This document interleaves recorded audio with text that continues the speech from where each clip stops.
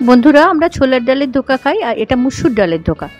এবার মুসুর ডালটাকে 20-25 মিনিট ভিজিয়ে এটাকে বেটে নিয়ে তাতে আমি কালো জিরে, ধনেপাতা, অল্প কাঁচা লঙ্কা কুচি, একটু হিং, একটু নুন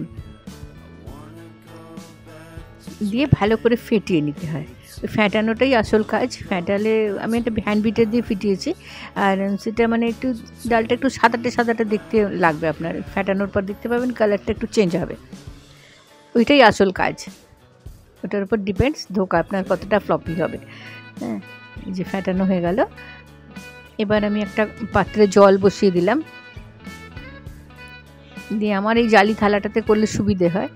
আর আমি একটু গ্রিস করে নিলাম প্রথমে এই কড়াটা, ছোটো কড়াটা, তাতে এই মিশ্রণটা দিয়ে দিলাম, দিয়ে এতে দিয়ে চাপা দিয়ে দিলাম। ভাপে সেদ্ধ হবে প্রথমে, এখনো হয়নি, দেখুন ছুরিতে লাগছে দেখে করলাম, তারপর দ্বিতীয়বারে হয়ে গেছে, এবার সেদ্ধ হয়ে গেছে। এবার এটাকে একটু অল্প ঠান্ডা করে বার করে নিলাম, নিয়ে পিস পিস করে কেটে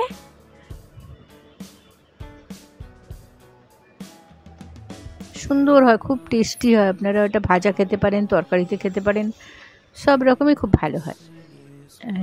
কড়াই তেল দিলাম, আমি এটা কম তেলে করব বলে ননস্টিকে করলাম। আপনারা যেমন আপনাদের শরীর স্বাস্থ্য বা রুচি সেইভাবে বানাতে পারেন, ডুবো তেলেও করতে পারেন।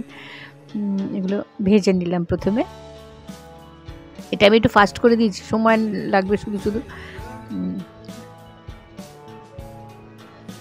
লাল করে ভেজে নিই। আর ওই উল্টানো পাল্টানোটা আমি একটু ছুরি দিয়ে করলে, প্রথমটা ছুরি দিয়ে করি, তাহলে ভাঙে না, নইলে খুন্তি দিয়ে, কাঠের খুন্তি দিয়ে বড্ড ভেঙে যায়। ভাজা হয়ে গেল, তুলে নিলাম। এবার মশলাটা করে দেবো। একটু টমেটো দিলাম, একটু পেঁয়াজ দিলাম,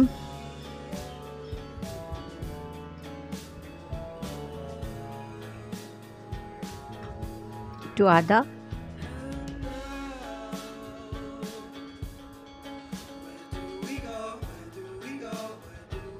দিয়ে ভালো করে বেটে নিলাম।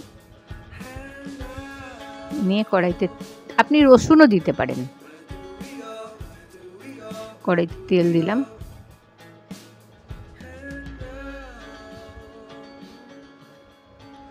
একটু জিরে ফোড়ন দিয়ে, একটু হিং,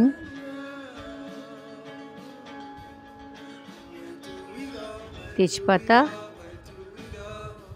আর এই কাশ্মীরি লঙ্কাটা তেলে দিলে কালারটা খুব ভালো আসে, বেশি লঙ্কা দিতে হয় না, কিন্তু খুব ভালো কালারটা আসে। মশলাটা দিয়ে দিলাম,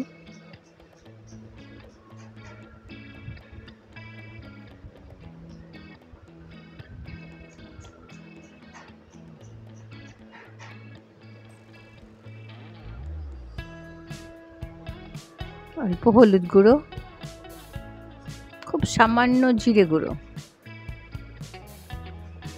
অল্প ধনে গুঁড়ো,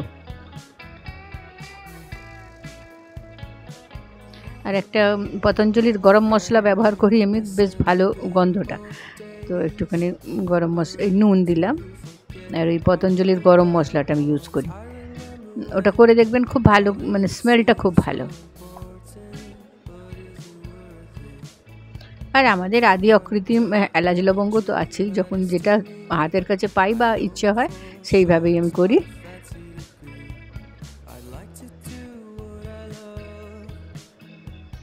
মশলাটা একটু তেল ছাড়া অবধি ভাজা ভাজা করে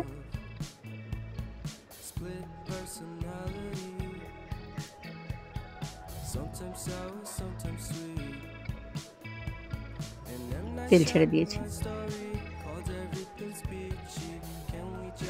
পেঁয়াজ একটু বেশি ভাজতে হয়, বাটা হলে পেঁয়াজটা একটু বেশি ভাজতে হয়, সেই অর্থে অতটা টাইম দিতে হয়। তারপর একটু জল দিলেন, দিয়ে ঝোল ঝোল মতন হলো।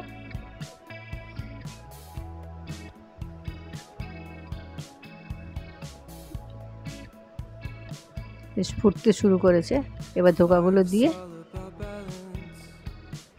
চাপা দিয়ে দিলাম, হয়ে গেছে। দেখ, খুবই সুস্বাদু রান্না, আপনারা করে দেখবেন।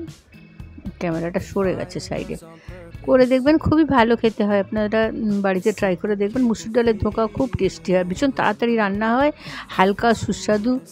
করে দেখবেন, জানাবেন কেমন হলো কমেন্টে। ধন্যবাদ। Split personality.